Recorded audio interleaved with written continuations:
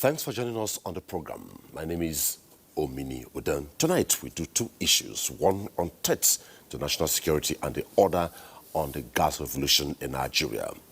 For some time now, the nation has come under threats from different outlawed and proscribed bodies, which activities are aimed to undermine the sustainable peace and stability of the country with violent and destructive activities plunging communities into apparent apprehension and displacing many to distant areas to take refuge for safety. Today, the continued attacks on security agents, jailbreaks and maiming of law enforcement officers are growing threats to the peace and security of the nation. This is now raising concern from government, security experts and key stakeholders in containing the breakdown of law and order. The NSAS and the recent mayhem in Ebonyi and Imo states, as well as other parts of the country, is demanding for answers as Nigerians look forward to finding lasting solution to the security challenges. This is one of the topics for the discussion tonight on Tuesdaylive, but first, let's take this background report. Leadership is expected to guarantee the security of its citizens while the populace in return be law-abiding. Despite concerted efforts by the federal and state governments to ensure security of lives and property, many still sleep with one eye open. Enugu State over the years has been known for peace and tranquility.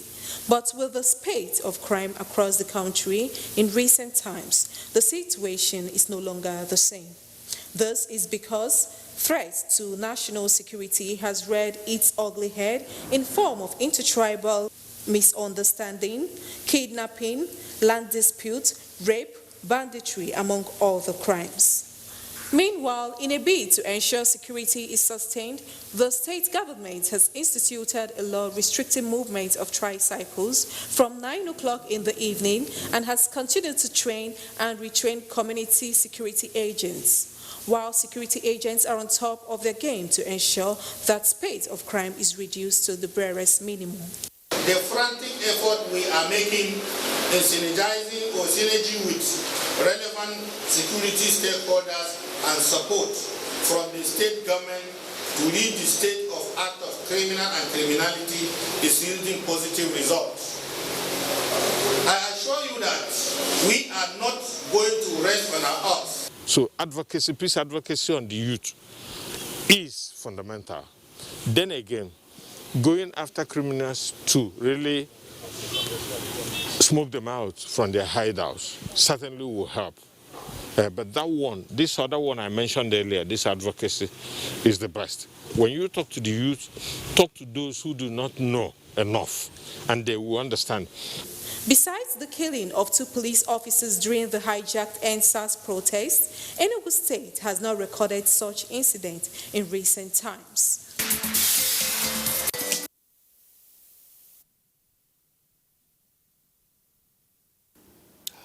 Okay, that background sets the tone for the takeoff of the first tone of the discussion, which is on threats to national security. And I have joining me retired Deputy Inspector General of Police in charge of operations, Habila Joshak. Thanks for being on the program tonight. Thank you for having me.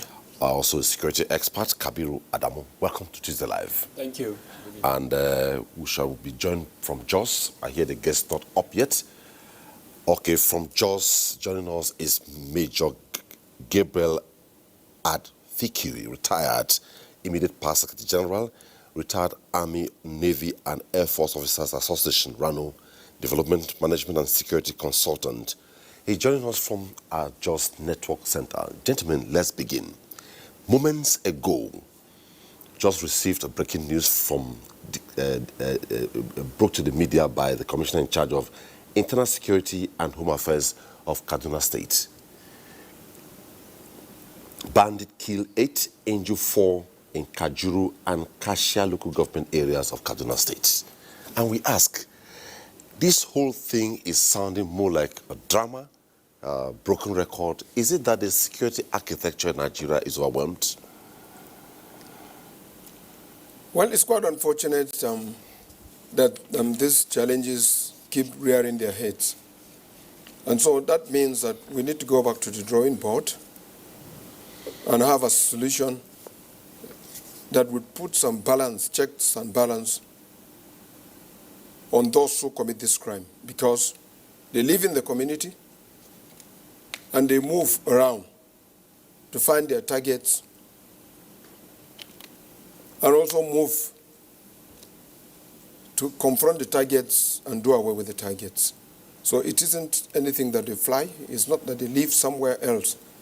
And so this is why we're saying that security is local, and members of the public must be interested in knowing who their neighbors are, in knowing who are the strange person, in knowing movement of individuals within the vicinity.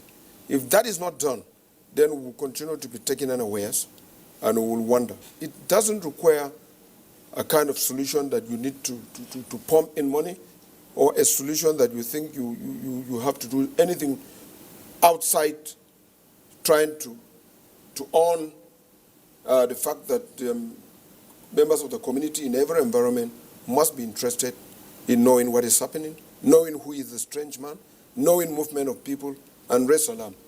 They said, when you see something, you say something. If we do that, we're going to do something great that will prevent or put to check this crime and criminality. Okay, the developments in Ebonyi, followed by that of Imo State, and just lately now, tonight, the Vice President swiftly reacted and went to Ebonyi State, and just yesterday, the Inspector General of Police, besides sending a crack team to ward off these, has personally been to Imo State. And a few minutes ago, we hear, I think there's a curfew being relaxed and what have you. With all this in place, he has given a good scenario, and we ask, what really is the way out to all this? Because when it happens, government will react, the immediate security operatives will react. Sometime we had a discussion here with the entire, and we looked at rejigging the national security architecture, and one major concern was some of them operate in silos. Could it be the problem causing all this? It is one of the problems, definitely, where you have a situation where there appears to be a deficit of equipment, and then the personnel are stretched. Then the obvious indication is this operation in silos where there is no synergy between the security agencies. But beyond that, for me, one of the greatest challenges is the collapse of the value system within the communities, which aligns with what my co-discussant mentioned earlier on, where you have a collapse of the value system to the extent that young kids and individuals in society are able to carry weapons and kill to the extent that we're seeing the types of killings across the country, then that is a huge challenge. Now, the second point, which is also very important, is the political ramifications of our structure as a country.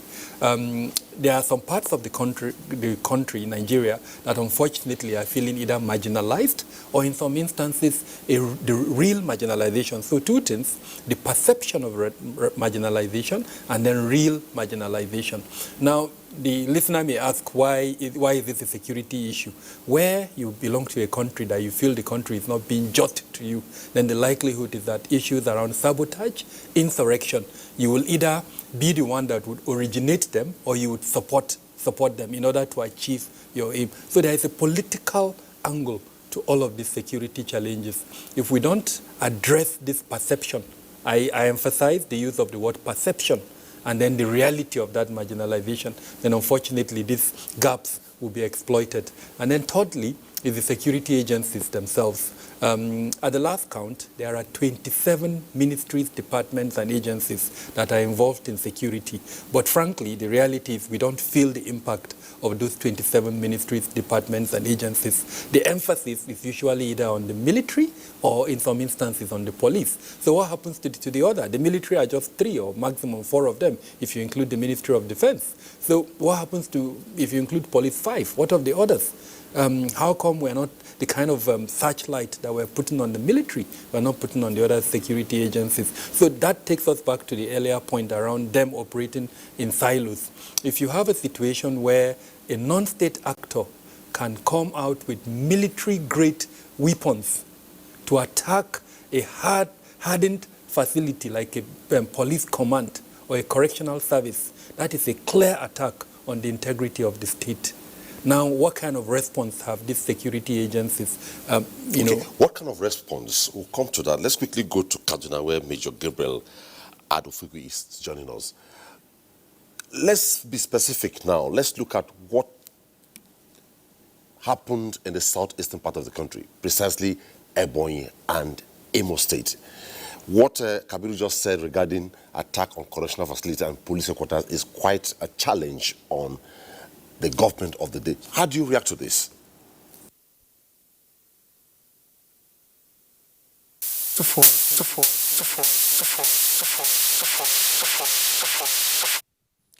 I want to say that it's not the best of time for us to become so rhetorical in discussing issues concerning security. This is also not the time to begin to look at issues more from a palliative disposition than direct, definite line of action. What happened in Imo is a direct affront on the integrity of this nation as a sovereign entity. It's also a threat to the survival of not just government, but us as individuals. And I believe that if I should have my way, since yesterday, the flags in all police headquarters, the flags in all military establishments, the flags in all security agencies should be flying half-mast because Nigeria is in sorrow. However, talking about Ebonyi, there is nothing special about that of Ebonyi. It has been coming. We saw it. There was in Dogon Nahawa, woke up one morning, over 500 people were slaughtered, women, children, and all, and aged ones. It moved on to Agatu. Over 500 people were slaughtered. We began to argue over the figure. Even if it's one person killed, it's enough for us to stand still and ask the question, what the hell is going on? And then it went on, spread to Taraba, and of course gravitated from the northeast to the northwest, and institutionalized itself, where now political elements play what you call the theater role in wanting to show. The military, like it happened in Kankara, the military told you, we have located them, we are doing all we can, we are closing in on them, we want to minimize the collateral damage, and before anything else, the governor is telling you we are already in touch with the bandits. You have institutionalized that criminality in that place, and it's spread on into Niger State. The truth of the matter is, for me, I would have expected some stern talks from the seat of government since yesterday. One, you didn't have. Thank God you have relieved the Inspector General of Police while he was on his duty there. If I were in his shoes, I wouldn't have waited to be relieved of that job.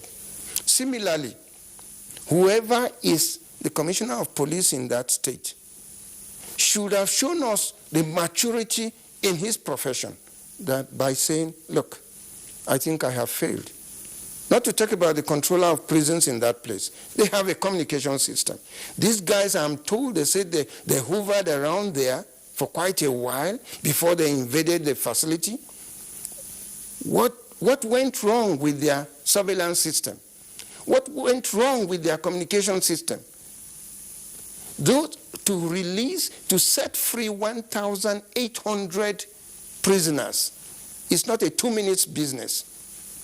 Let us come straight. Something is wrong with our system. And let us begin to talk straight to ourselves that we either solve it or we continue in this trail. And continuing in this trail is not the best for Nigeria. And for some of us who feel this nation is our last bus stop, our first and our last bus stop, it pains us to the marrow. Please, I want to say this. Whatever it is, we don't want long talks about issues that are gradually eating this nation. We want quick solutions. We want to sit back and review our security architecture. Is it synergy between the services? Is it equipment, as one of your discussants has mentioned? Is it what you call a failure of our approach to security management? For example, security comes in 3 phases. You have the deterrent, you have the curative, and you have, of course, the preventive. The preventive, of course, is what everybody is least expensive anyway. The deterrent is terminal. And the curative is expensive. The curative, you create market for the weapons manufacturers because we don't manufacture them. So coming back to the event in Owerri, in Imo, and indeed in Ebonyi and every other places around, I want to say that we need to check ourselves again. Something is fundamentally not going right, and we mustn't play politics with this. As much as we have the little time, we have to tie it up neatly. Now, with this, it's quite disturbing. How can we nip it in the bud and erode it completely so that such doesn't happen? Imagine if it happened, it has happened in Imo State, and nothing very serious is done, like the guest from Kaduna said. It's possible that somebody can rise up in maybe Cross River, maybe Kaduna, maybe to react. So, yes, all how do this, we knock it off completely? Well, I would be surprised that someone is saying that this can be completely locked up, but this can be put to check and drastic action brought to bear on these criminals, because we call them criminals. You know that a group of persons from the east have been identified to have done that. The suspicion is the indigenous people of Biafra that have already been outlawed, and they went doing that. You remember also that they got in there after dancing around the government house, because the government house, the prison, the correctional facility, and the police headquarters, just fence. It's fence that divides them. So they had that opportunity to use the arm to take off the gate of the correctional service, and then brought out the people. I know also that on record that there were some of them who did not want to go out, and some that had gone out. Some few of them came back. And they couldn't actually access, they went straight to the CID of the police section, and then burnt whatever vehicle and equipment they saw, and also went into the defunct SARS office and also destroyed that, and released some suspects that were being held by the police. And they've gone too far.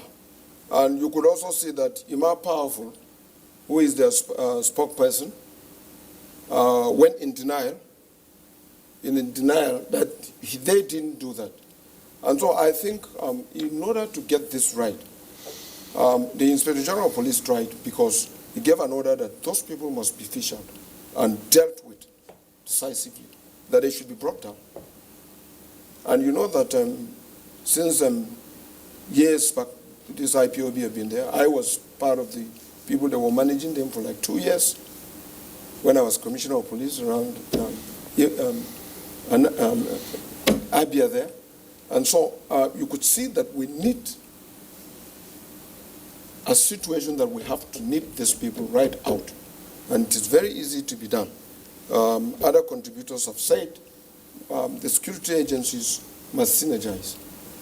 They must come together to look at the equipment that is at the disposal of all the security agencies and military, to look at what each one will have to take, so that all these flashpoints, all these issues of killing and killing and killing will come. We have the capacity in Nigeria to put that to check. We have the capacity to prevent that, because the criminals live in us. They live within us. They are our kids, they are our brothers, they are our children, and we need to know who they are, because if we sensitize the community, they will give us a lot of intelligence. And I think we need to take it from here to say no to all this that is happening. And it's very easy if you bring all the security agencies, if the government also invests in it, because security is very expensive, and what you spend, you don't just touch the product of it, but we just have to put our feet on the ground. Like Mr. President have announced that people should go, the security should go after these people. And I think if we take that and look at it and plan well, definitely we're going to reduce this carnage to its barest minimum. Okay. Kabiru, it's all about the government and the people. How do we erode this completely? He's saying it cannot be eroded. It could be checked. But I still emphasize, could it be eroded? Yes, it's possible. But then one theme of our discussion here, especially the last discussant, is the need for accountability. We cannot be operating in a system that does not seem to recognize the importance of accountability. If, like we all agreed, 1,800 plus inmates were freed, somebody somewhere should be held responsible. The attack happened. They planned for the attack, they carried out the attack. Someone should be held responsible. So that's number one, accountability. Then number two, there need to be some form of performance measurement for our security organizations. We've talked about the need to introduce or strengthen monitoring and evaluation mechanisms within the security architecture that will allow especially the National Assembly to look at those security agencies and determine whether the key performance indicators that we have agreed for them are being met. So far, that is not done very well. Then number three, which for me appears to be a huge issue, security usually is done in concentric cycles. Now, if we use the case of the Owerri attack, if security is implemented in concentric cycles, seriously, then how was the first concentric cycle circumvented? How was the second circumvented before they finally reach the target? In my simple, implementation of security in the private sector, if I'm protecting this glass in front of me, it will be 3 cycles. Before you get to that 3 cycles, you would have passed the first one. So if I put a gate, for instance, in a facility, that's not the only security I've put. As an example, there will be a house. The house will have a door. It will have windows. Those are all concentric cycles of security. If there is a valued property within the house, I'll probably put it inside a safe. So even if you break the gate and break the window, before you get into that safe, I would have caught you. So what happened to all of this? This is 101 in security. So this is the point about accountability. By now, a commission, I'm happy to note that the governor has instituted a commission of inquiry into this issue. We hope that commission will do its work and put out its report so that there will be some level of accountability. Someone dropped the ball. There is no doubt about that, we're sure. And that person needs to be held accountable. Okay, let's go quickly to Kaduna for the concluded thoughts by our guest there. Just in conclusion, we don't have all the time because of the very segment. We just had to give a tip on this. In conclusion, what are your concluding thoughts, please?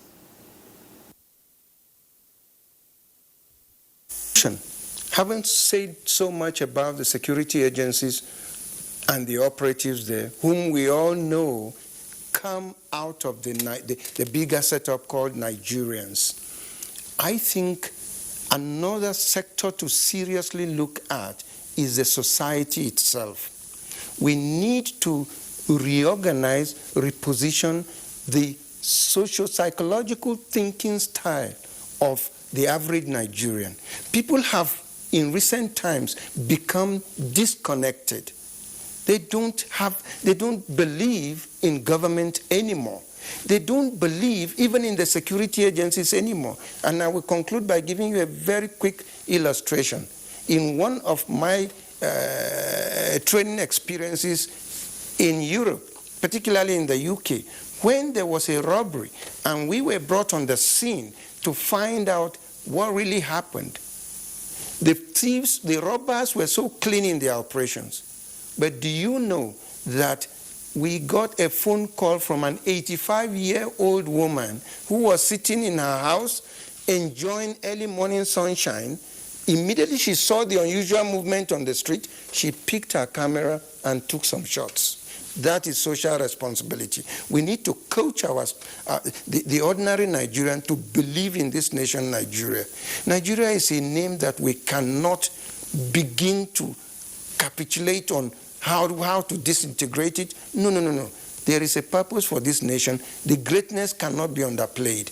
Therefore, we should start from the society. And to do that, government must cultivate the belief of the society in government and in government. And if we do that, it will be a bigger way while we do with the technical aspect of security architecture management. That is my position. Nigerians, we need to be properly educated.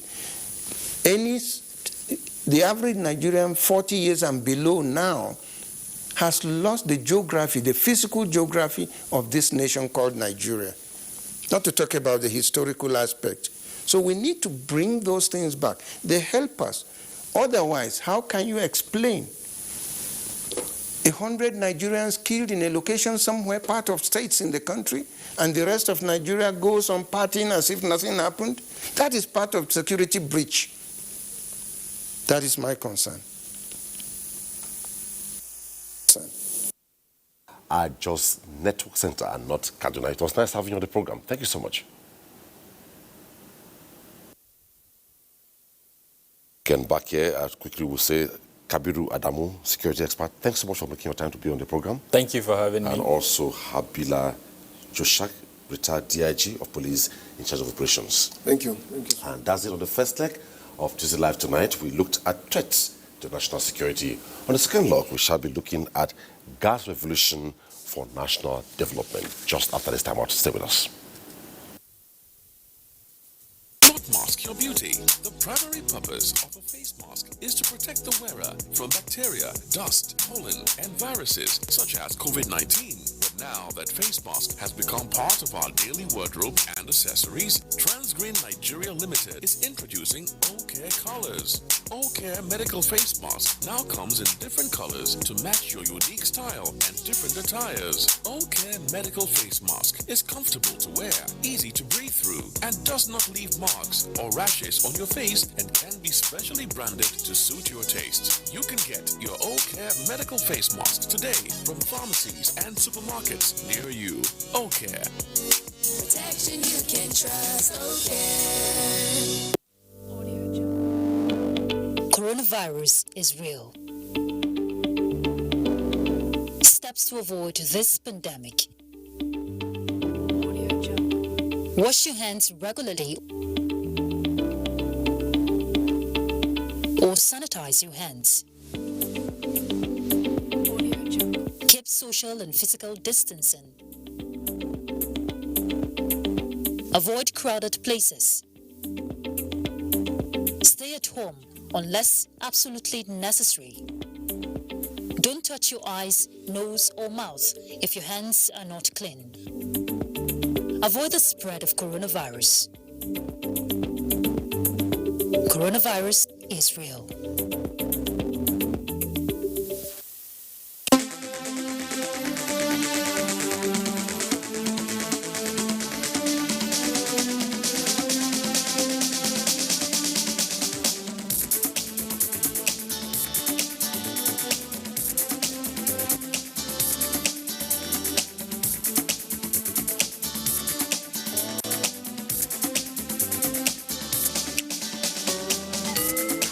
NTA Tuesday Live, a network issue-oriented innovation talk show. Thanks for staying tuned. On the second leg of the program, we look at gas revolution for national development in Nigeria.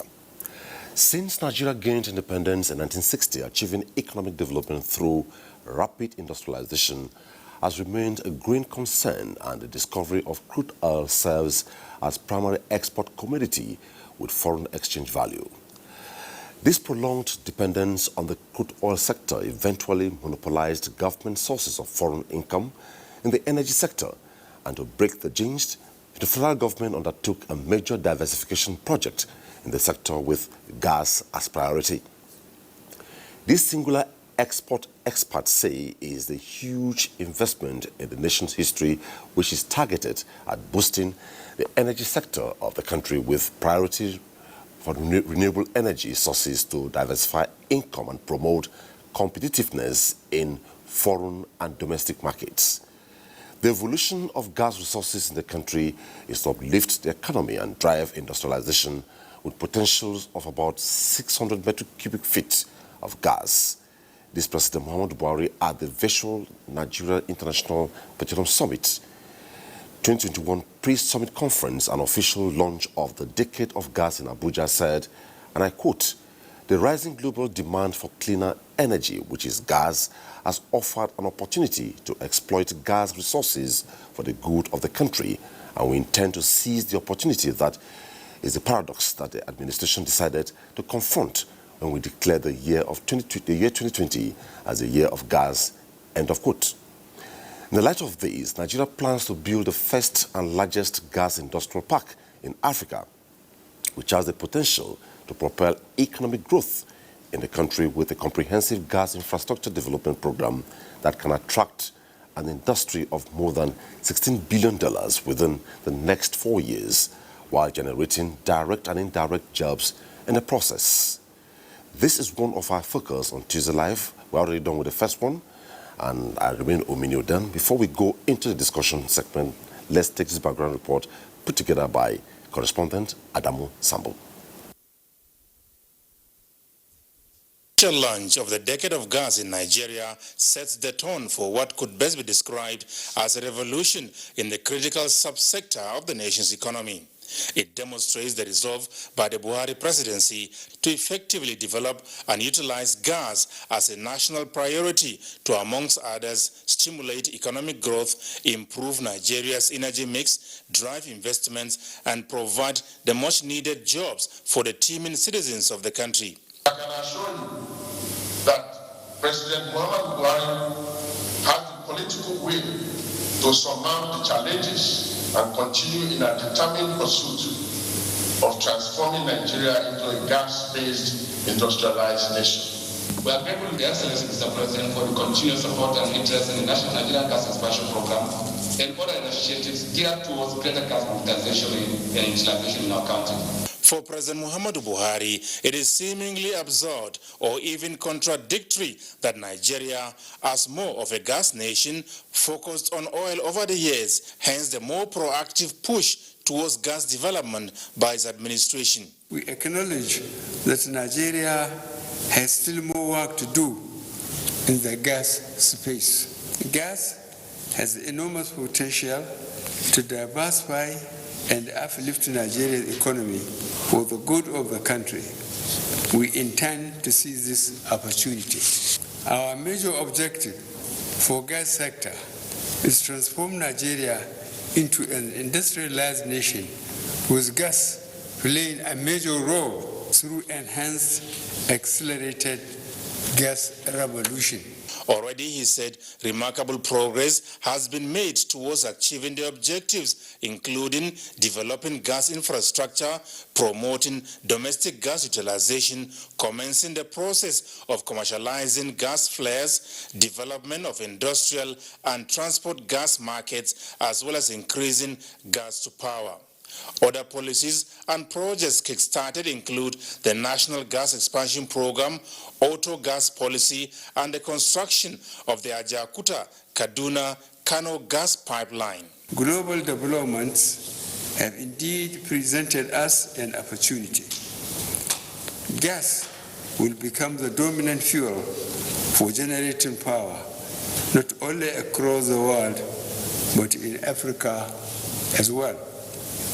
The question now is, can we rise up to the challenge? The Ministry of Petroleum Resources and the NNPC are in various regards setting the pace.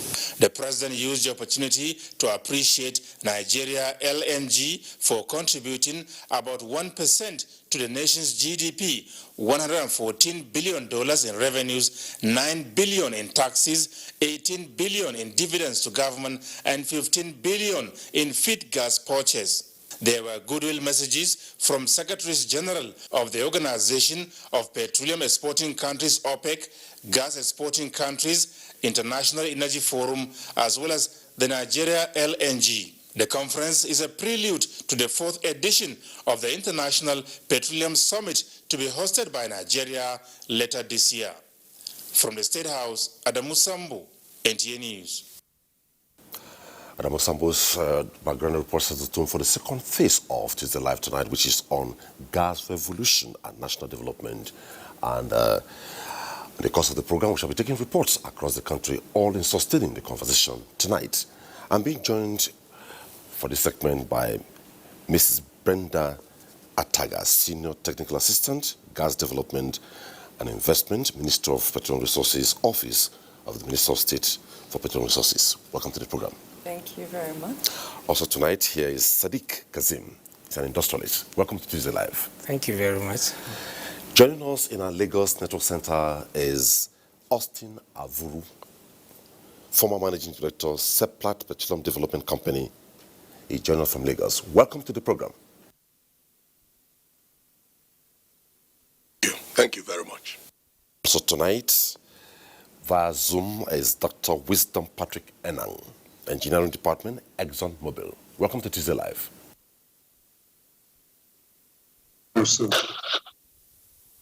Thank you. Let's begin. Now, so much has been said before now when we were doing programs that we're looking at wastages, flaring of gas, but all that is history now. And if government has taken so much steps to diversify the economy into clean energy, what will be the future of gas to the economy? So really, gas today, when we look at our energy mix, is only about 20 to 30% of the domestic utilization, with the bulk of that going into the power sector. What we're trying to achieve with this gas revolution that this administration has been very intentional about is to increase that utilization from this 30% objective today or target today into about 70% in the medium term and 95% in terms of our energy mix utilization long term. So medium term will be between 1 and 5 years from now, and then long term we are looking at a 10-year mark, which is why the decade of gas was flagged off as well. Okay, Sadiq, one of the targets is in all this to ensure the fulfillment of domestic gas obligations by oil companies. Will it just work if not properly mainstreamed? Come again, I don't understand. Will this just, one of the targets by government, if this is achieved, it will ensure the fulfillment of domestic gas obligations by oil companies in the country? Will this just work that way? Will that make some common steps taken? I really don't see it that way. Looking at it for me from industrial perspective, we need those oil companies to deliver the gas, like Madam had mentioned, to the consumer. If the consumer doesn't have it, then it's not useful to us, really. And like she said, the target is to get to a 75% in the medium term utilization. Today, one of the key issues that we have, the key problems we have is power. Without power, there is no industry. And if today at 20% utilization, she mentioned, there's the use of gas for power is still far inadequate for industry, very far inadequate. We need to ramp it up. We need to do it so fast. It's not just within 5 years. I think it's supposed to be done yesterday, so that we create the employment, we create the products, we create the whole value chain development. This has to be done. Okay, thank you. Let's go to Lagos before we go to other perspectives, where Austin Avuru. Austin, you have heard from the two guests here in Abuja. One of the surprises that came to Nigerians when we discussed towards not flaring gas in Nigeria sometime was the secret about Lagos, that so much has been done about piping of gas in Lagos. And we are looking at that and the achievement of the AKK. If this works, where are we looking at maybe in the next 2 years?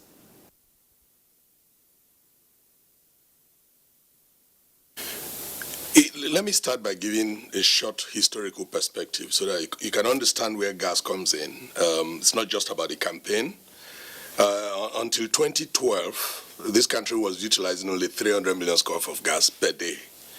When this gas revolution first started in 2012, and all of that gas was channeled into the power sector, we saw a rapid increase in consumption, domestic consumption of gas, from 300 million scoff a day to 1.1 BCF a day between 2012 and 2015 in just 3 years. We have plateaued at about 1.1, 1.2 BCF a day since 2015. So the real issues are, one, investment in infrastructure to deliver the gas, and then expanding the domestic market for the gas itself, and both of them must come together. So before 2012, because we were dependent on rent from crude oil exports, we didn't pay attention to the larger economic impact of gas in our domestic economy. Today, the 1.1 BCF of gas domestically consumed, about 800 million scoff goes into power that is generating your 5 gigawatts. At this point, when the planning was done in 2012, we should be consuming 3 BCF of gas domestically and generating between 15 and 18 gigawatts of electricity. If you are delivering that volume of electricity into the domestic market or into the region, West African region, you will see the multiplier effects in terms of industrialization. So it's not just about campaign. There has to be a market. That market is growing. It's been stunted in the last 3 years because we have increased our electricity generation and distribution, in particular, transmission and distribution.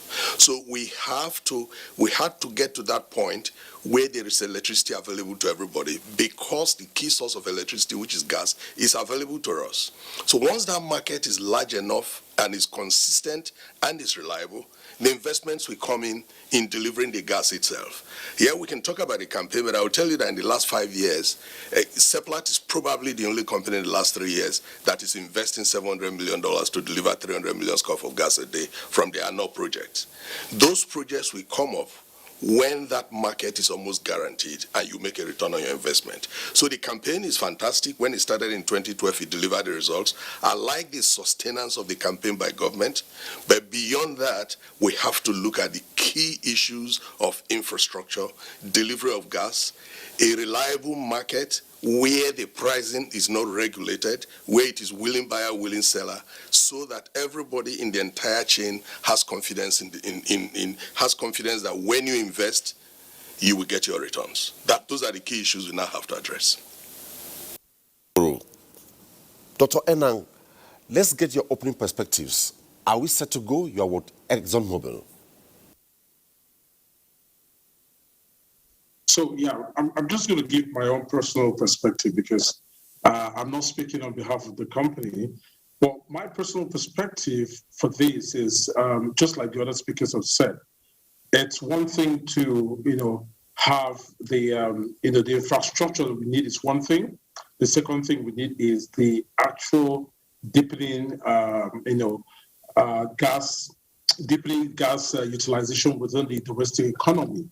And that's the key thing that we need to really focus on. So the decade of gas pronunciation comes at the back of the great need, which, there is a lot of need. There's that potential market. And it's quite impressive that is backed up by the potential reforms that we're seeing, which we're hoping comes to bear with the PIB, because then that will bring out those imperatives that it takes to be able to actualize both the infrastructure and the gas expansion that is required within the domestic economy. That's only when we can get the multiplier effects of gas for industrializing Nigeria. Breeder, in keeping faith with the discussion, at some point our phone lines will be open, and if I talk to you, please turn down the volume of the television set to make your inputs and go straight to the point. Also, our Twitter handle is open at Tuesdaylive NTA. You can also be part of the conversation tonight. We'll begin with some reports, begin with the report from Kano. After the first batch of reports, we'll continue with the conversation on gas revolution for national development in Nigeria. Stay with us.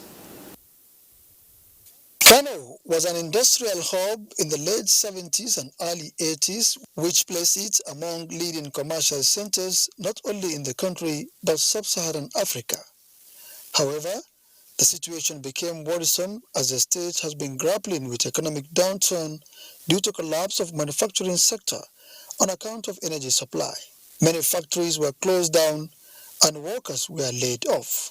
Out of the 450 registered factories in the state, only 155 are currently operating with high tariff. Although the Buhari-led administration is determined to bring back those glorious days with the current gas revolution project. Sani Hussaini is a Kano-based industrialist, described the project as a major catalyst for reviving moribund industries in the state. So given the fact that government is making an effort to bring gas directly from Ajaokuta down to Kaduna to Kano, popularly called AKK, honestly, this is going to give us a level of stability in terms of cost and our ability to compete with our counterparts within and outside the country. We were the owners of the small-scale businesses. One of our great challenges is power. And with this project of this gas plant coming to Kano, we think it's going to alleviate, it's going to reduce a lot of challenges. One of our expectation is in the terms of power. The consensus among the people of Kano is that government can deliver the gas project before the end of year 2023, whereas stakeholders in the economic sector will leverage on the initiative to reposition the state to play a critical role in the nation's economic rejuvenation. That report was actually from Kano. We now take the report from Lagos. Nigeria sits atop an estimated 200 trillion cubic feet of proven gas reserve spread across oil-producing states in the country. It occupies the 9th position in the global ranking, with exports standing at 929,844 cubic feet. Processing this huge gas deposit into liquefied petroleum gas, liquefied natural gas, and recently compressed natural gas has given the nation a cleaner, cheaper, and readily available energy source for domestic, industrial, and automobile uses, putting domestic consumption at 664,628 cubic feet. Having recorded steady inroad into gas development in year 2020, the federal government is sustaining its commitment to the sector by not only naming year 2021 as the beginning of the decade of gas, but also by putting policies in place. Our resolve at the Ministry of Petroleum Resources has been to place policies and promote initiatives that support the utilization of our abundant natural gas resources. We are also involved in establishing the storage facility for LPG, not just in the Niger Delta, but we extend our tentacles up to Kaduna, Kano, and Gombe State. These are all intendment to ensure that the price of gas is reduced. Auto gas policy, national gas expansion program, and construction of Ajaokuta Kaduna Kano gas pipeline are some of the initiatives targeted at building gas infrastructure and promoting value addition. The measures have seen a quantum leap in private sector investment in the sector, while more is expected in response to favorable pricing and regulatory policies. If the petroleum industry bill is passed, some of these things will be streamlined, and it will encourage people, even the question of pricing we are talking about, the question of infrastructure, the question of taxation, all these things will be clearly streamlined. Experts hope that the sector will, in coming days, witness more synergy, particularly between government and the private sector, that is needed to drive its expansion. Our last report on this segment, before we go to the next part, is from Port Harcourt.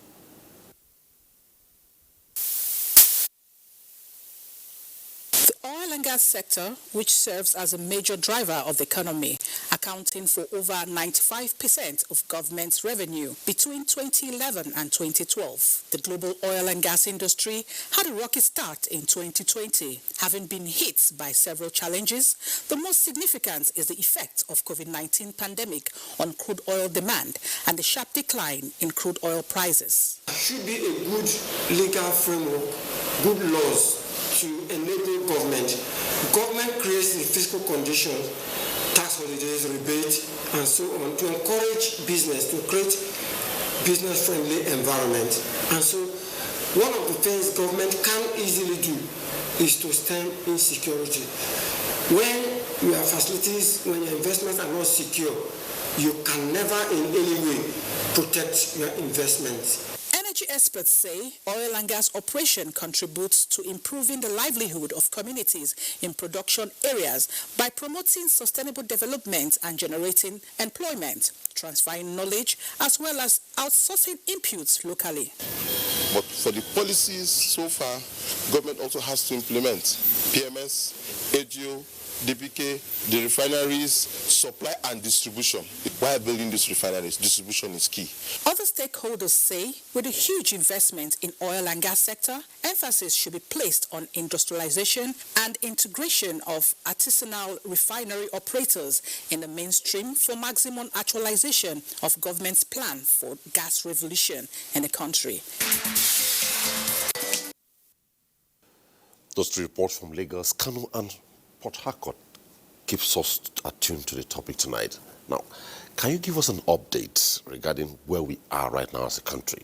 Mostly the latest of the LPG, autogas, where are we right now? So with LPG, what we looked at was ensuring that we ameliorate all the challenges in 4 tenets that we had identified. In the LPG subsector was availability of the gas, accessibility, taking the gas close to homes, affordability, enabling consumers in Nigeria switch from biomass fuel to clean energy source like LPG. One thing we did find was the switching cost is an impediment to a bulk section of our family sizes, family homes in Nigeria switching to gas. And we looked at that challenge and have come up with a program which we're going to deploy before the second half of this year called the micro distribution centers. Those centers will enable the government support homes to switch to gas without necessarily coming out of pocket to pay for the entire switching cost. With the micro distribution centers, we would see us put close to communities, centers that would also generate employment for communities, small community holders, women in the communities, unemployed youth in the communities.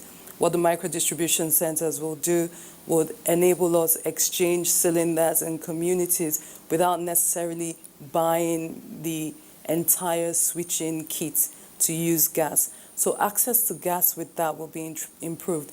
Our target with that is to move from 1 million tons that we are currently consuming in the cooking segment to 5 million tons within the next 3 years.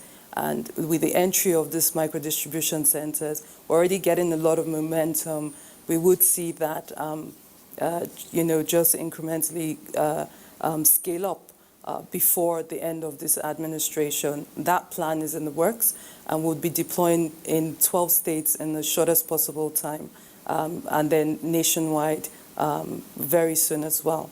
On the auto gas segment, work is ongoing right now where there's been a lot of engagement with stakeholders, there's been a lot of engagement with the industry, and it is important to us to introduce to Nigerians an alternative fuel that competes with gasoline in terms of pricing as well.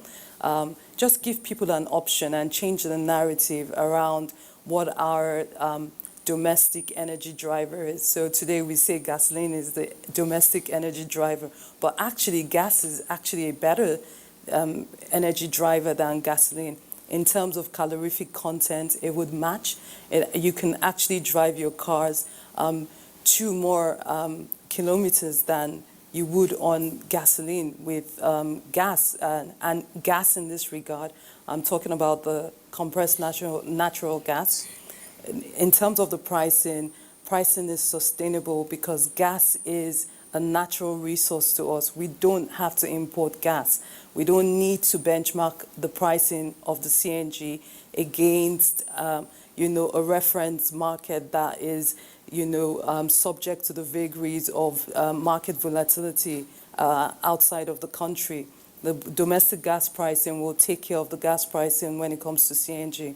And on the CNG, just environmentally, it's much better for your vehicles, your vehicle combustion, the environment in itself, clean energy. We have many countries who have changed into CNG just because of a clean energy component, not even on a cost issue, just from an environmental perspective. That's how much more sustainable compressed natural gas is for the country. So in the auto gas segment, we are finalizing the framework to introduce into the country in a scaled approach to trigger the market, to stimulate interest, the auto gas segment of Nigeria. But I must tell you that there are vehicles already running on CNG in Nigeria. We've got trucks from specific company fleets running on autogas. We have taxis and commercial vehicles in Benin and in Lagos already running on autogas. So what we want to see is a scaled approach to this intervention that has been here already 10 years. So the government is really just bringing this to the fore and saying to Nigerians, there is, this potential, this opportunity for you to get better from your natural resource in Nigeria. Thank you so much, Brenda, for the update there. Still looking within the value chain, she has talked about to stimulate interest and trigger the market. Within the value chain, let's look at gas production and utilization. It looks as though people are not really ready to catch into it. They are still seeing it as an illusion. When can we take it to them so that they see it the way it's happening in other climes? No, I really don't believe that people don't want to. They are not reluctant. It's that it's not yet available. And like she said, it's being spread and scaled up. I used to remember, like Mr. Avuru had mentioned, as far back as 2012, when in Lagos, for instance, all the pipelines were being laid, all the companies along the pipeline keyed into it and changed over to utilization of natural gas. And I think government at that time also, in order to encourage that utilization, actually created incentives for industry to key into it. And it has been ongoing. So as long as there is this expansion of the infrastructure, there would be people keying into it, and people would be utilizing it. The AKK we've had in the report is going into Kaduna and Kano. Believe me, people in Kaduna and Kano are already lined up, getting ready to key into it. There's been a lot of importation of equipment and generators that would utilize gas. So this is ongoing. And then you know also that apart from just for power, there is also gas for other activities. For instance, in agriculture, where we need to focus a lot to develop the agricultural sector, gas for fertilizer. So that, I mean, as of today, Nigeria has become a net exporter of fertilizers because of the gas utilization, because of the gas availability. So I'm sure as soon as this thing is spread on the line, people will just take it, and then you would see the multiplier effects. Okay, let's go back to Avuru. Avuru, still on back to you. Where will we be if what Brenda and Sadiq are placed us with, for instance, I still repeat, it is still like an illusion to the common man. Affordability, safeguards, climate change compliance.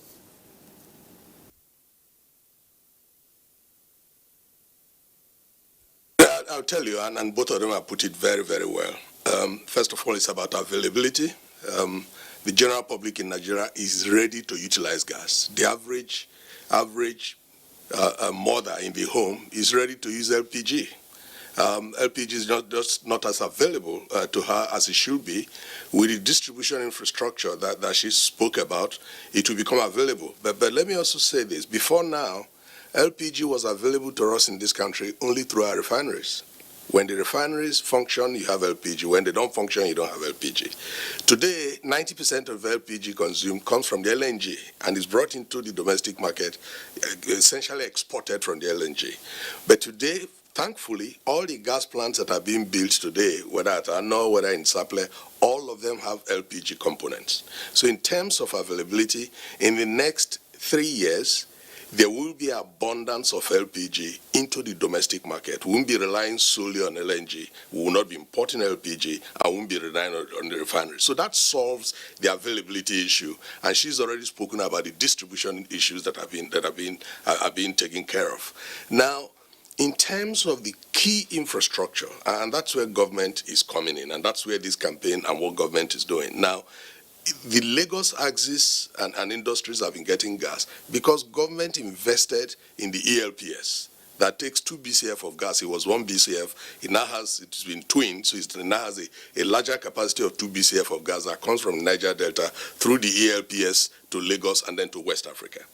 What government is doing is replicating that key infrastructure by taking the pipeline from Ajaokuta all the way to Kano. Now, once you put the key infrastructure in place, it becomes easier to then take the arteries, the arterial pipelines that can then deliver gas from these key delivery pipelines to the end users. Gas is the future of this country, and there are 3 key reasons I would say so. It will do for us what crude oil did not do for us. Crude oil delivered revenues to the economy. And therefore, even while it delivered 95% of our revenues, accounted for only 10% of our GDP. But gas is an enabler. Gas will generate electricity that will then transform this country. Gas is an enabler for industrialization. Gas will deliver LPG, and as the gentleman said, gas is already delivering the fertilizer that has now made us a net exporter of fertilizer. So in terms of the multiplier effect, once it becomes available and infrastructure is in place, in terms of the overall multiplier effect, you are going to see a contribution to GDP far in excess of what oil has done in the past 60 years. It's also our solution to the cleaner energy transition. It's our only solution, perhaps, really, because to take away diesel, to take away coal, the only solution we have is gas, especially when in future we start applying technology and adding carbon capture to our gas utilization. You find out that gas will be just as clean as renewables. So in every aspect, when government talks about the decade of gas, we have come to a point where we don't have an option. Almost all the problems we have today of industrialization, energy demand and energy supply, fertilizer for agriculture, and almost all the things that a country needs to get to the next step, they're going to depend on gas. It's our future as we see it today. And to Dr. Enang. Dr. Enang, I want to react to a tweet in response to the next question. It's coming from @Buba Yaza. The tweet says, the burden outweighs the expectation. We rely on our gas to shed our tears, particularly on electricity, but just to see the opposite. Relatively, burden since no hybrid cars industries to relieve reliance on gasoline. But snail movement noted we underutilize gas as only for cooking. How do you react to this? So the truth is this. Yes, there's been for some time, the gas hasn't been utilized as much as we would have hoped to do that. But that awareness is coming to fore at the moment.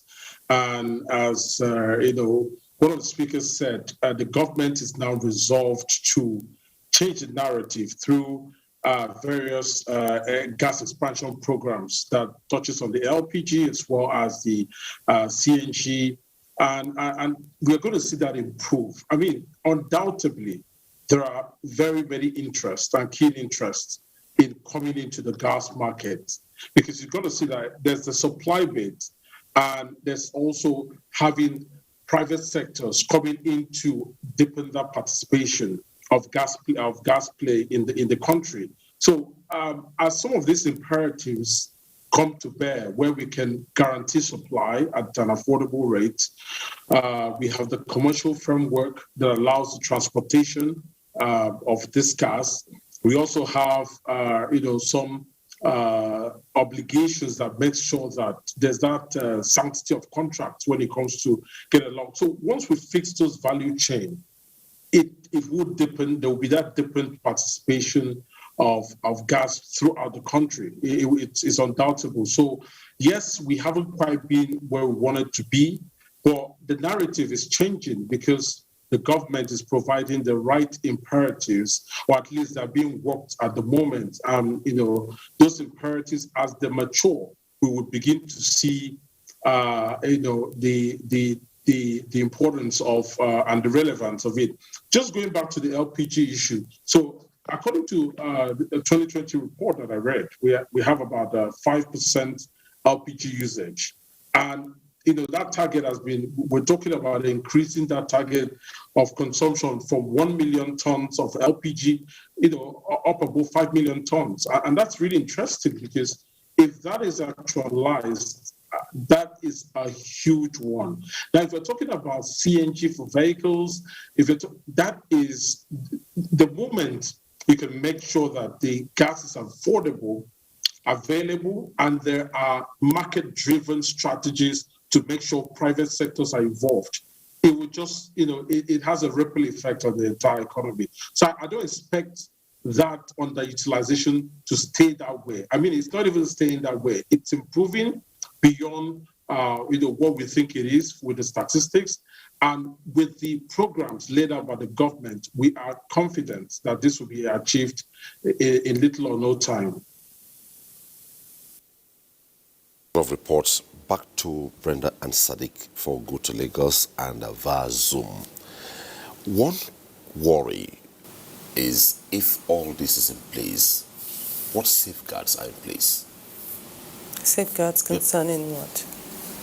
Pardon? Safeguards concerning the user, the environment, across health board. and safety. Yes. So that's a good question. It's a concern, right? Oh yes, because people have a notion that gas is unsafe, gas is very volatile, and so alongside with encouraging and stimulating the entire gas value chain, there is a portion of it that is very, very much hinged on safety and awareness that goes along with it.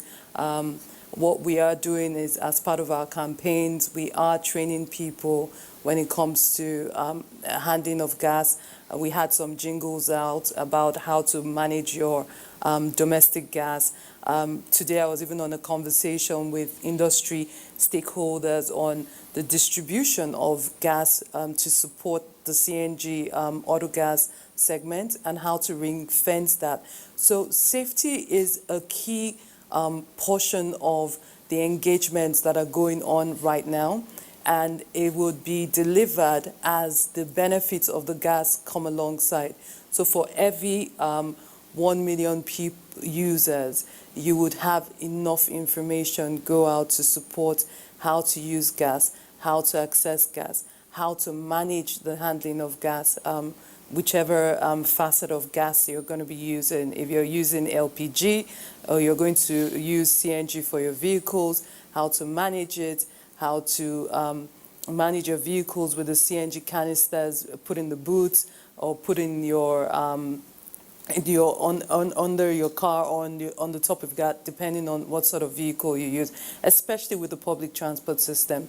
So I can assure you that safety goes alongside usage we are making sure that we're putting in place regulations to streamline the types of OEMs that come in to support the auto gas conversions, ensuring that there's warranty, ensuring that certified mechanics are going to be converting these vehicles that we'll put on the street. For the LPG portion of it, we've already gone beyond that. DPR has done extensive training all over Nigeria. We're making sure that the aggregators we use are licensed. They have part of the market share. They know how to handle gas before it goes into the communities. Community women are then trained. We have all sorts of partnerships from the National Women's Development Center to DPR under the ministry supporting this NCDMB, just to make sure that that awareness that is critical in informing people, in reorientating the mindset of people come into place as we push gas along. Because gas really is a behavioral change commodity. You must change the way you behave around gas. You can't just get up and use gas like you use kerosene. Even with kerosene, and that's why we had so many safety issues with kerosene. So with gas, we want to make sure there are no fatalities, there are no incidents.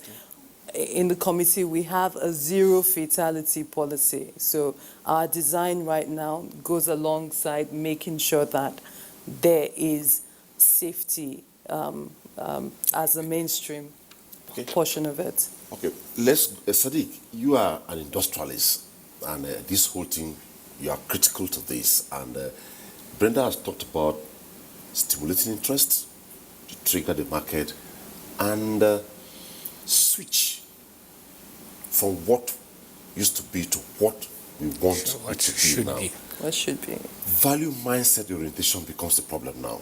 When we assess the value of the AKK when it comes on stream, it was huge. But the worry is how soon would the key players want to switch in terms of affordability and like what she said, people to be made to change their mindset to apply to it. Because imagine the route where AKK is passing through up to Kaduna, if that works and SMSs, entrepreneurs key into it along the chain, what that would be for the country. You see, I just have to again correct this impression. I don't think gas is more expensive than where we are today. Until you let us know, we may not know. It is not. Gas makes it cheaper for us.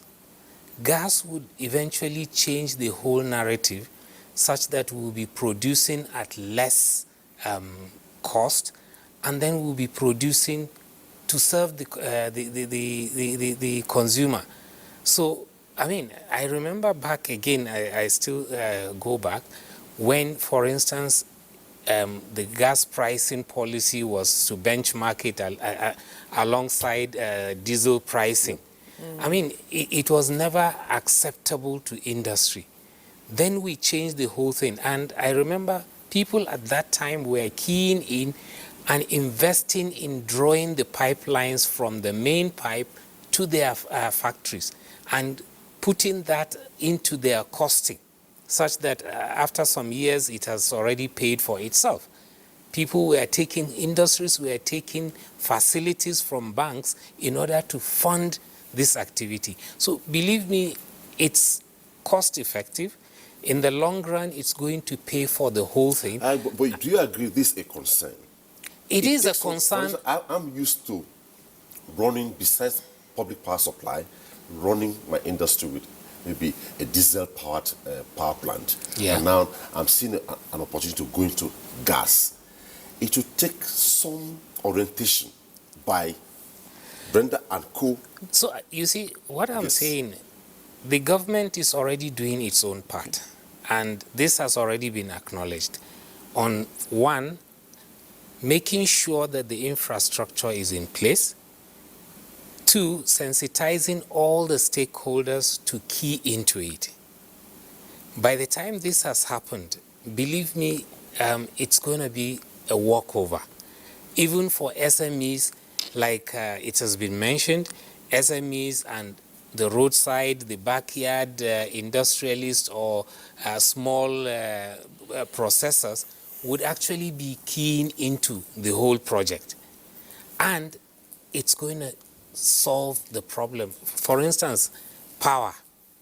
If today you generate power at such an expensive rate, and then using gas you will be able to generate power cheaper, it brings down your cost of production. Mm-hmm. That's one. Two, even for the housewife at home, using LPG to cook, if she is running a small restaurant, it comes out cheaper for her than getting kerosene or getting firewood. So, I mean, we need to start, like she has mentioned, scale down the whole sensitization. It's already ongoing, and I'm sure people will just key in. I mean, there are so many dead industries in Kaduna, so many dead industries in Kaduna that died because there is no power. Exactly. I mean, I used to work for the textile industry. The whole of the textile industry collapsed in Nigeria because of cost of production. We could not compete with China, for instance, because we don't have the necessary power to fuel the industry. Exactly. That's what killed the textile industry in both Kano and Kaduna, that employed thousands. So when AKK comes on stream, all this... We believe that they should be able to come back. Okay. Because Let's AKK would pass through. Avurum and Enang, then we come back, take some reports, and sustain the conversation again. And quickly to Avurum. Avurum, I'll give you two tweets to react on. There are a couple of terminologies here I'm not very conversant with, but we have to address them tonight.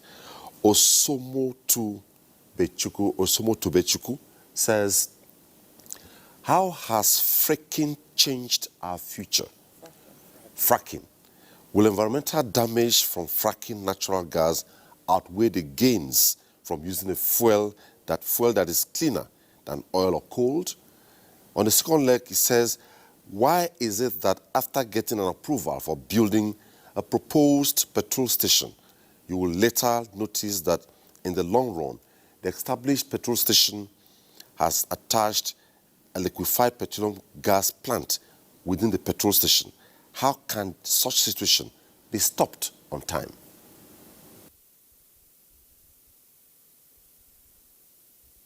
Let me start with the second question. You will not build an LPG plant in a petrol station without approval. The DPR will give you approval, and you get environmental approval before you can build it.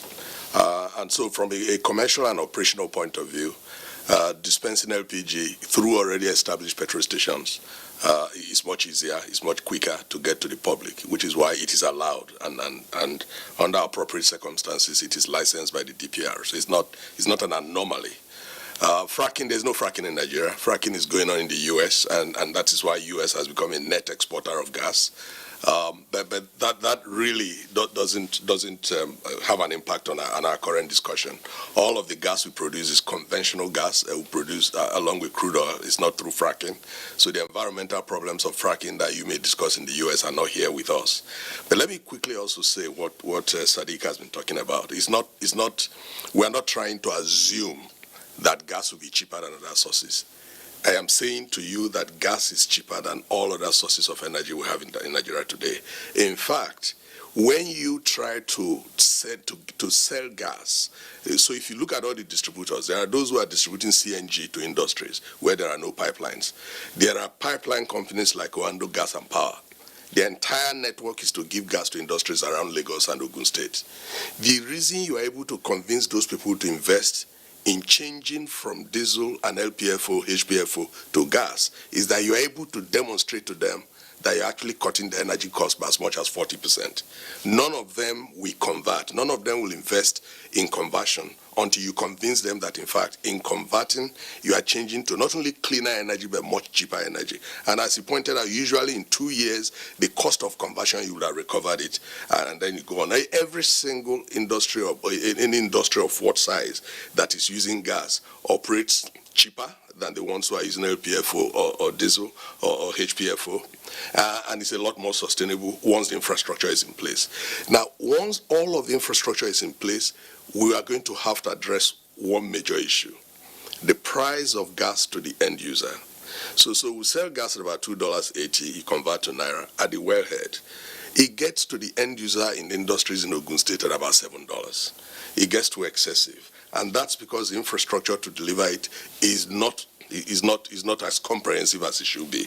When all of that infrastructure is in place and the delivery cost is no more than $1.50 to $2 per thousand, then when you add that to the cost of production of the gas, once we're able to deliver gas at no more than $4, $4.50, $5 to the end users, industrial users, it will actually amount to about half of what they're paying for LPFO and diesel and so on and so forth. So as I pointed out, it is our future. It solves our problem of energy transition to cleaner energy. It solves our problem of cheaper means of powering our industries and generating electricity. For the sake of the members of the public who are watching, could you just break down in a few seconds what fracking entails?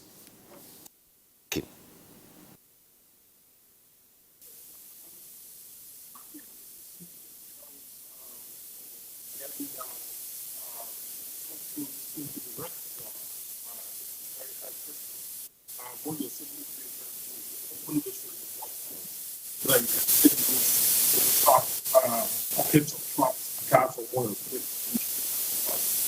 Doing.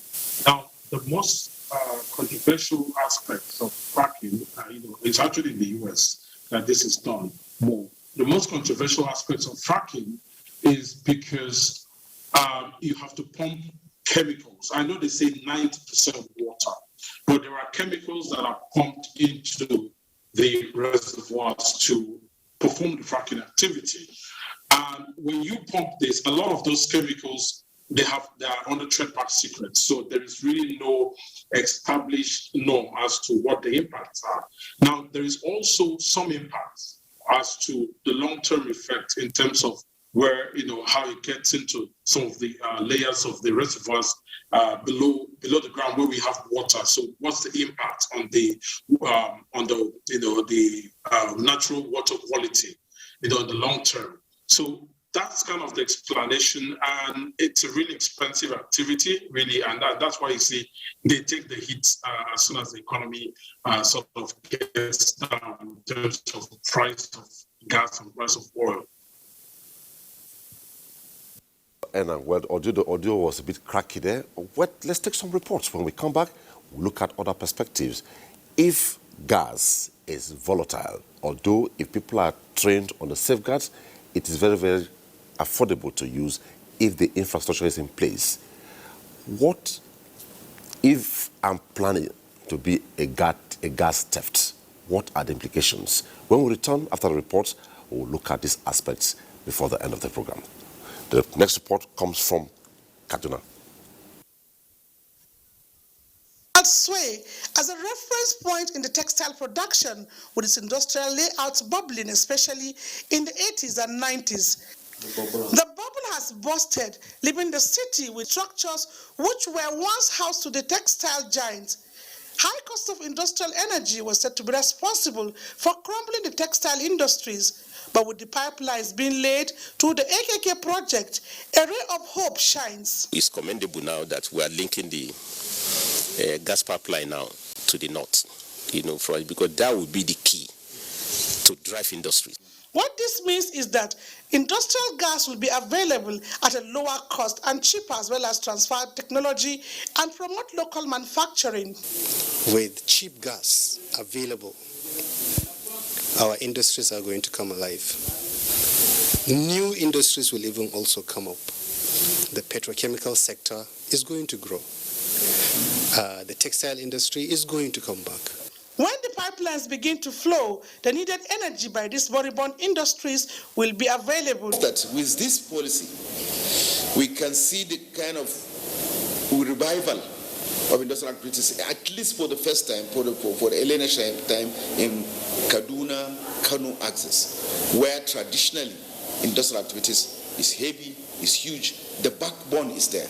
What stakeholders are looking forward to is the delivery of this project. From Kaduna, we proceed to Enugu. Time shows that the nation's economy over the years has witnessed different foreign exchange rate policies, such as fixed and flexible exchange rate system, that contributes to the growth and development of Nigeria's economy. This has created a contentious atmosphere as to its efficiency and consequent impact in various sectors of the economy. As a result of the physical and institutional structure role foreign exchange plays between countries, some prominent Nigerians suggested a sustainable policy that will create a business-friendly environment for investors across the globe. Manufacturing is key. Nigeria will need to be self-sufficient in manufacturing so that we will engage our youth. Diversification of the nation's economy, experts say, is a right step in the right direction in attaining an international standard in job creation, thereby creating avenue for long-term economic security in the country. I don't think there's any other country in this world that is as blessed as Nigeria, one in terms of natural resources.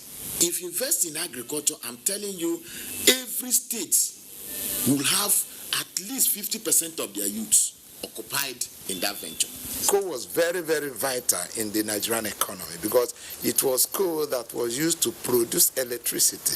To generate electricity, there cannot be industrialization without energy. Harnessing these potentials, according to experts, will reposition the economic status of the nation by creating commercial viability at the domestic and international level. And our last report for tonight on the program will be from Asaba. The Nigerian National Gas Policy addresses and situates gas as a stand-alone commodity. To this extent, the government wants to ensure the fulfillment of domestic gas obligations, ensuring bankable gas agreements, and the achievement of gas to power targets to support the nation's power generation capacity. Reinvestment on gas and all of that.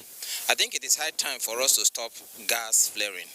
Once we stop that and put our energy into proper packaging of gas and its products, it will create great job opportunity for Nigerians. And fuel is a major component of every manufacturing or production process. However, with the development of President Buhari's gas revolution, things are bound to change. For instance, the development of the Lagos pipeline system, gas is taken from Western Niger Delta to Lagos, which has made it possible for various power plants to offer and take gas from the pipeline. Now, Nigeria is suffering from a shortfall of what we call power. And if properly utilized, gas can power the country. The federal government of Nigeria has invested in excess $50 billion towards the development of the upstream and downstream sectors. Nigeria is set to become a regional hub of gas in Africa. No doubt, Nigeria is on the right track towards the development of the gas industry, since getting it right will impact positively on other allied sectors. That's about last report tonight on the program, but we continue the conversation. But before then, there's a tweet from @TrueNiger.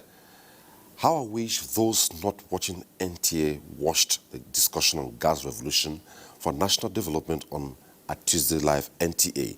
Then they will appreciate the effort of President Muhammadu Buhari to make Nigeria better with a brighter future. I must commend the discussants for enlightening us tonight. So all of you on the panelists, you are commended here in Abuja, via Zoom, and from Lagos. Kudos to all of you from @TrueNiger. Quickly, Brenda, you talked about the fact that in the entire gamut, the entire value chain, we're going to have outlets, micro distribution centers, among others. The worry here is, I still emphasize, we're Nigeria. What template do you have in place to ensure that people are enlightened regarding safety? Very important here. Okay, I thought we had gone through that. Yes, safety in terms of safety in terms of handling, okay, transportation, even refilling. being, you call it micro distribution outlets, mostly those in the rural areas? So I'll start with the LPG segment, which is the closest to the consumers. In the LPG segment, we've seen really the proliferation of, unsafe practices almost everywhere. In Abuja, you could go drive on the streets and you see someone who is decanting gas at the roadside, selling by gravity, that's using one cylinder to fill another one and selling fractionally. So what we're doing is we're introducing, again, the safe fill cylinders to make sure you don't have to sell fractionally. We're also going to introduce an innovation, technology innovation, to support rural communities to buy gas fractionally from their cylinders. So there's a ultrasonic meter on every cylinder that would help you identify your safe level of gas. Even the gas canisters we're introducing in the market today have a level filling gauge that shows you at what level your gas is. We're introducing the composite cylinders into the market. With those two key innovations and technology going into the cylinders, it will help reduce the level of infraction when it comes to handling gas. Because if I am buying 1 kg, I know I've got 1 kg in my cylinder. I don't need to tilt it upside down. I don't need to try to shake it at an angle to get the last bit of gas. And everything is ultrasonic, it's automated. Your dealer can tell you when your gas is finished. And this technology has been deployed in other countries. Kenya, for instance, is using this perfectly. So we're introducing that into the Nigerian micro-distribution segment. One of the key issues in the LPG segment, as I was saying before, is just changing that outlook with the resale gas on the streets. So I say to people, if you saw a person selling gasoline, PMS, with one pump on the roadside, would you go there to buy PMS for your car? You wouldn't. We want to standardize the reselling unit. So when you see a gas reselling unit, if it's not in a station, you know that this is a certified, licensed, government-approved reselling unit where I can buy gas from, and all the safety checks have been done. You would also be educated on how to check your cylinder, how to check your valve. If you require one of the ultrasonic meters we're going to introduce into the market, you would be educated on how to do that, and your distributor would be there to put you through using that on the LPG side. On the CNG aspect of it, like I said, we are going to introduce a training and awareness portion of it. We're even starting that with the buses that the government has procured for NLC. All of the drivers are going to be trained on how to drive cars with CNG canisters, because buses, the interstate buses, have 2 of those canisters. These canisters are 250 bars. That is high pressure. So they need to understand how to navigate potholes, how to navigate bad roads. But thankfully, our roads are not so bad anymore. There's been a lot of work with the roads, and we would see that coming. To support the CNG canisters, we've also decided to go with the Type 1 canisters, which are made from metal because of durability. You don't want any punctures, goods coming in and out of the public transport systems. We want to ensure that that handling is put in place. On the conversion side, we're asking the OEMs to certify every single converter. That person is going to be given a certificate. So by all means, when you take your vehicles to have it converted into dual fuel, you need to ask for a certificate. And this awareness will be broadcast once we're ready to go live everywhere. In the areas where we're engaging on LPG, there's a lot of awareness already on how to handle gas. There's been a lot of enforcement as well. There are a lot of consequences to using and mishandling gas. We've had too many fatalities. It must stop in Nigeria. definitely. So with CNG, we'll toe the same line. The sensitization is going to come in from the transporters to the conversion companies. We're making sure that everything is properly streamlined to give and guarantee Nigerians the utmost safety in using gas. When it comes to people going to actually steal gas from... We'll get to that. Okay, Sadiq, from what she has talked about, let's look at local content. All this, if all what she's saying is done within, adapted within the Nigerian economy, what's your imagination? And on the other hand, if everything she's talking about, we outsource them somewhere and they bring them in, can you compare the two? No, I don't think we would do that. Definitely, we have to be able to convert all of the things that are needed. For instance, the pipelines that are taking gas from one location to the other must be Nigerian pipelines. And I'm sure the oil and gas industry has already keyed into that long ago because of the Nigerian Local Content Act. So we are ready. I'm sure also, for instance, the gas cylinders that have to be manufactured, the hoses that will deliver gas from the cylinder to the burner on the cooker, all these things could be done locally. Yeah. And they are going to actually propel the SME and other industries to come on board and do the things right.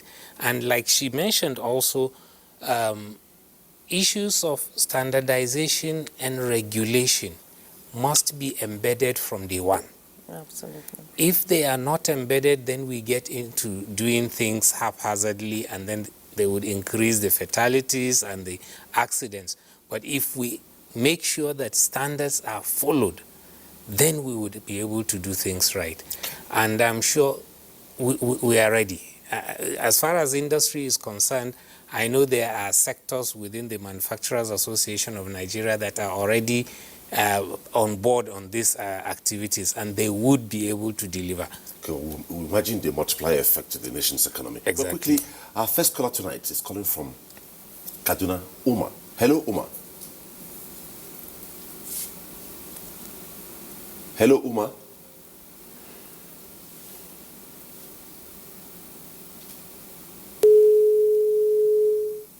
Hello, Uma. Are you on? Okay, we lost that caller there. Now, let's go to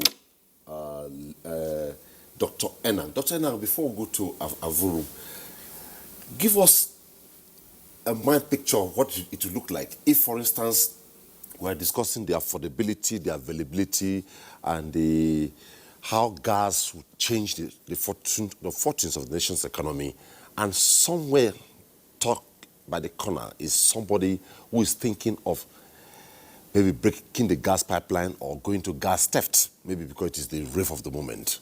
What does it look like attempting that?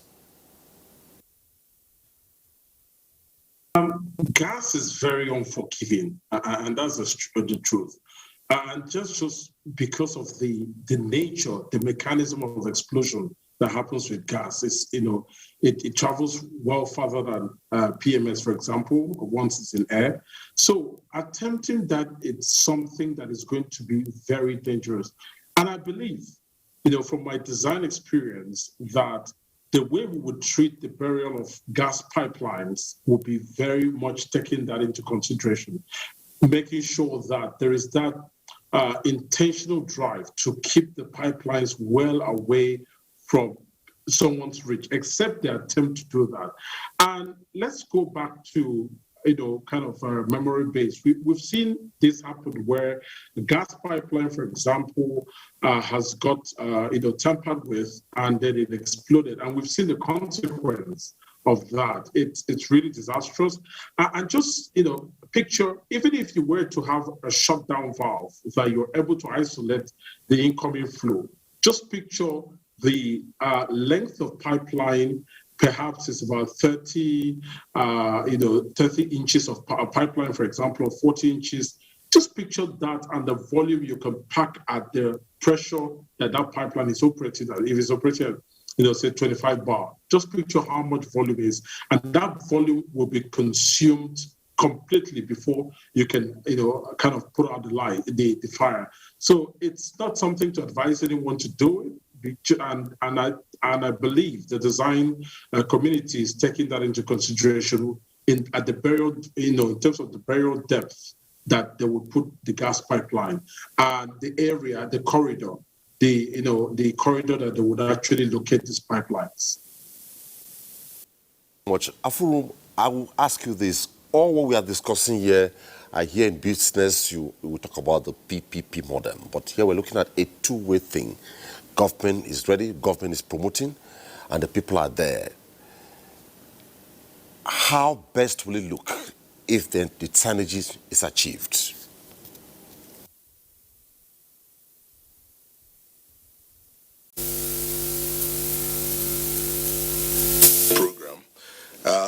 I will repeat without apologies, as I said, that gas is our future. Gas is our future, as other discussants have said, and as I pointed out earlier, we've had crude oil exports, which is what you try to point out. We just produce the crude oil, export it, and earn revenue, which is why we earn so much revenue out of the crude oil. Yet its contribution to GDP is minimal, just about 10%. In the case of gas, if you look at the gamut of things we're discussing, it's an enabler in so many ways, in so many areas. So we're not discussing the revenue from gas to government. You can see that nobody has mentioned how much revenue government will earn from gas. They will earn revenue from gas. But you can see that all our discussion has been centered on the role of gas as an enabler, the role of gas in generating electricity, the role of gas in petrochemicals, the role of gas in fertilizer, the role of gas even in SMEs, the role of gas in industrialization. And so the real multiplier effect will quadruple the rate of growth of GDP. We're not just discussing earning revenue. We're not discussing a rental economy out of gas as we have done with oil. We're talking about gas transforming the economy to the next level. It looks almost too good to be true, but here we are. You've seen, as I pointed out in the beginning, just 3 years of increasing our consumption from 300 million scof to 1.1 BCF. Electricity generation went up to 4,000, that's 4 gigawatts. It's gone out about 7 gigawatts. Now, by the time all of these power plants concentrated on Lawrence Shogo in Ogun State and in Niger Delta, it's because we had the ELPS supplying 1 BCF of gas to that region. If you now have another BCF of gas, traveling towards Kano, you are going to get power plants in Abuja, power plants in Kaduna, power plants in Kano, in addition to the industrial users. It's a huge transformation. And then just to talk quickly about the safety issues, so that we also do not underrate the consumers. The ordinary people in Nigeria have been using LPG as for cooking, even in the villages. We've been using, an average home in Lagos uses gas for cooking. An average kitchen in a restaurant uses gas for cooking. Yes, and it is so important that government is handling all the safety issues, which is what should happen. But don't underrate the consumers who have been using gas. Is not entirely new. It's just that the use is going to expand, and therefore the campaign for added safety will have to be increased. But let's not sound alarmist as if it's so new that we wouldn't know how to handle it, we wouldn't know what to do with it. We have been using gas for cooking in Nigeria. Before I allow you go, still on Austin, please. Before I allow you go, can you give us, just in one sentence, your last thoughts regarding the entire value chain, the entire subsector? Well, the gas value chain, just to put it in a couple of sentences, the gas value chain is the answer to our industrialization, is the answer to electricity generation, and therefore ultimately the answer to our job creation. Its impact on the GDP will be quadruple what the impact of crude oil has been on our GDP, even though you might not necessarily earn government as much money as crude oil. Managing Director, Seplant Petroleum Development Company. It was nice having you on the program tonight. Thank you very much. To Dr. Wisdom Patrick Enang, independent gas expert. Your last thoughts and also hope for the future. Touch on some points that comes to mind. When we're talking about gas, transportation, beyond the pipeline, you did talk about the pipeline and what would happen if anyone tampered with it. There are other options. There are other technology available. The gas play, yes, it's something that we're taking on now, but it's been there. Those technology, for example, the scalable, containerized, modular, skid-mounted barge that we could use for, virtual pipelines. That's one option. And, the CNG trucks as well. Now, in terms of enablers, the government has provided, are providing the right enablers. We're not there yet. The passage of the PIB will be one key enabler. The gas network code is another enabler that is really, it's going to, enabler and market liberalizer. The current, the confidence that there's that consciousness to review the domestic gas prices is very encouraging. Yes, we've started at a current gas prices, which we think is fair, and we're going to observe and move forward to a point where we can get a willing buyer, willing seller, free market system. So, those are things, enablers that are going to boost us to where we want to be.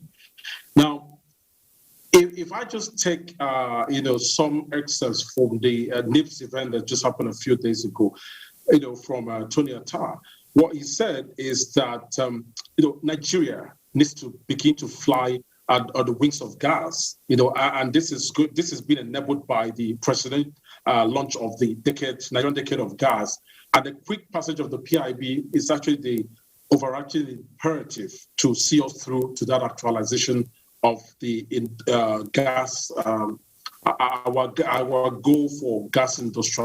Thank you very much. Dr. Wisdom Patrick Enan, independent gas expert, is joining us on the program via Zoom. It was nice having you on the program. Thank you.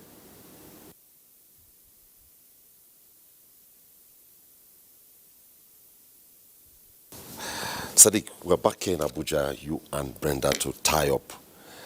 Brenda has made so much, has watered, let me say, whet our appetite and raised our interest into this industry. Are there areas you think government need to do more in terms of promoting this for people to get conscientized, get ready and prepared to lash onto it? No, not just, I agree what government is doing towards scaling up with people at the grassroots is adequate. I'm more interested in industry.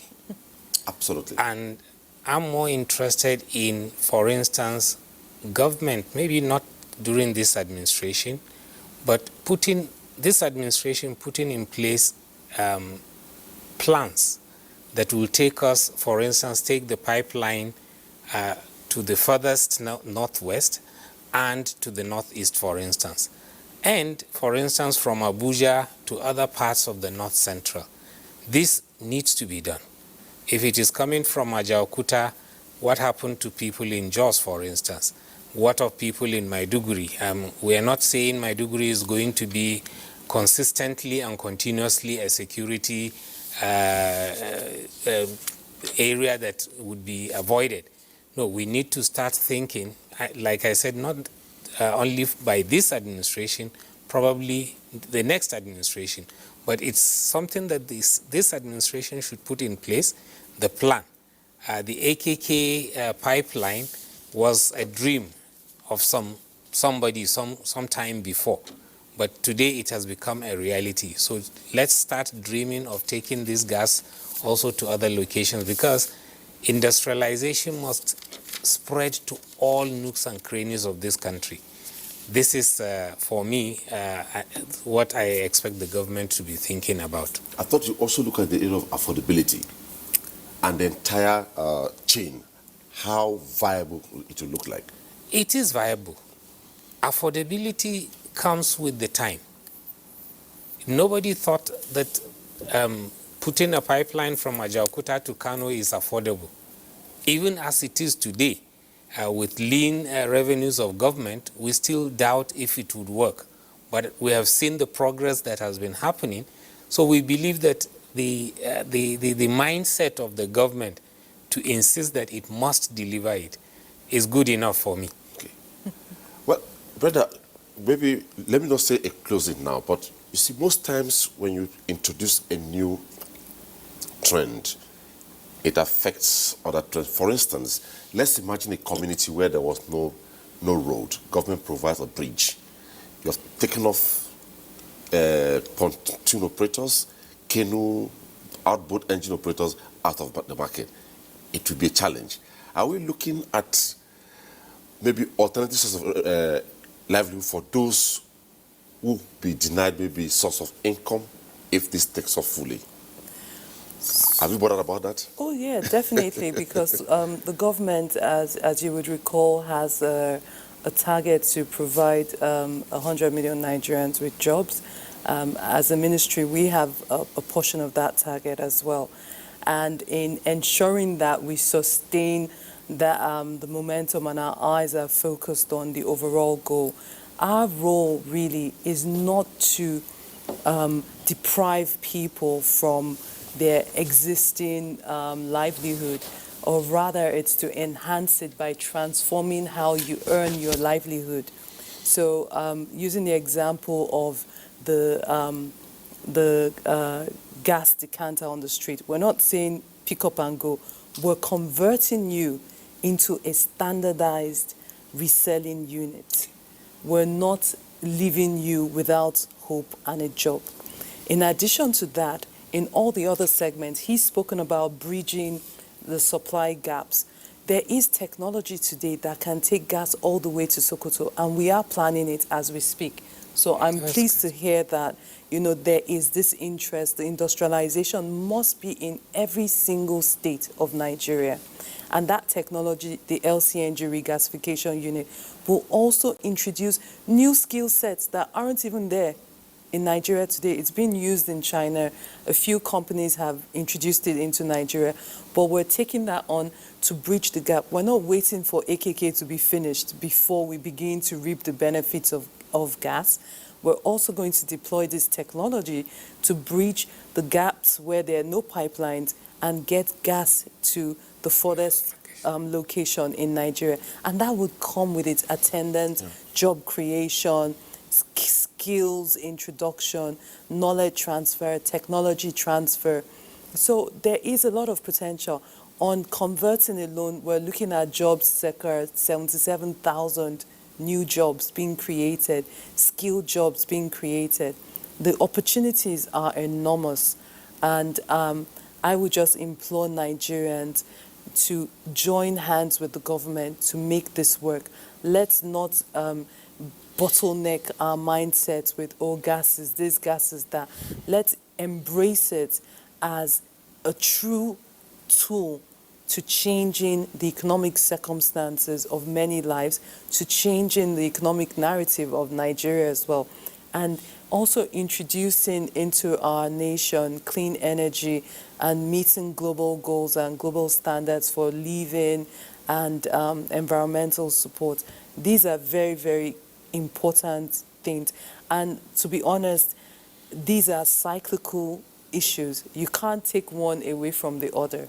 I was looking at the indices today, and our industries don't even emit 50% of our GHG. Guess what emits it? Deforestation. And so we look at that, and we're losing potential revenues on agricultural land because we're cutting the trees down and using it for firewood. We're using potential revenue on, netting back carbon credits because we're not converting from traditional fuels into cleaner energy. So there's so much, and by the time we finish these programs, I'm just really grateful that this administration has been very intentional about supporting gas. His Excellency Muhammadu Buhari has had his sights on gas from day one, and we can see the benefits of it. It could have been conceived by a different group, but they didn't have the political will to drive it the way this administration has driven it. I can assure Nigerians that at the end of this, we would be a better nation when we embrace gas as our core and focal energy resource in the country. Thank you so much, Sadiq Kazim, industrialist. It was nice having you on the program tonight. Thank you very much. And Brenda Ataga, yes, Senior Technical Assistant, Gas Development and Investment, Minister of Petroleum Resources, Office of the Minister of State, Petroleum Resources. It was nice having you on the program. And I believe our viewers enjoy your line of thoughts. Thank you so much. And that's it on Tuesday Live tonight. We looked at two issues. First leg was on threat to national security. And on the second leg, the main issue was gas revolution for national development in Nigeria. Thank you for your tweets and also for the phone calls. On behalf of all of us, do remember to stand by the NTA in the fight against rape and rapists. Bye-bye.